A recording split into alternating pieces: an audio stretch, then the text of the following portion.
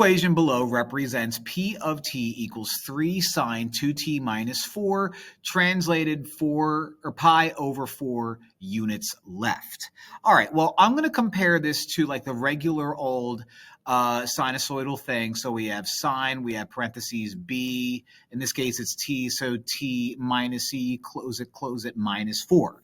Well, what do we have? We have a is 3, so we have 3 already. We have sine. What I'm going to do is I'm going to separate the t and the 2 with that parentheses. So we're basically pulling this out. Now that gives us frequency. Okay? We don't know what c is, although we do, but we don't know what c is.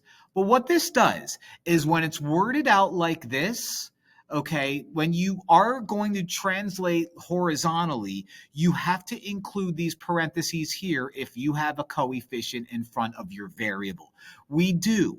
We can't just say something like 2t blah, blah, blah, blah, blah something because you're not doing it right. You need those parentheses there.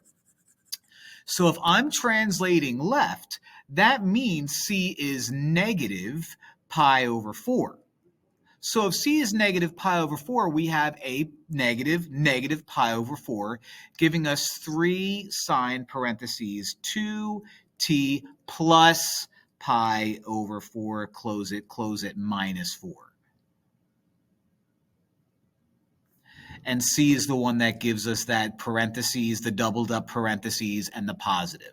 So again, things kind of seem backwards when you're inside this parentheses with your variable.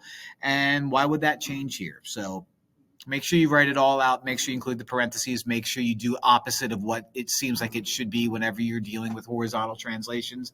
And you'll just get it right, baby. Hope this helps.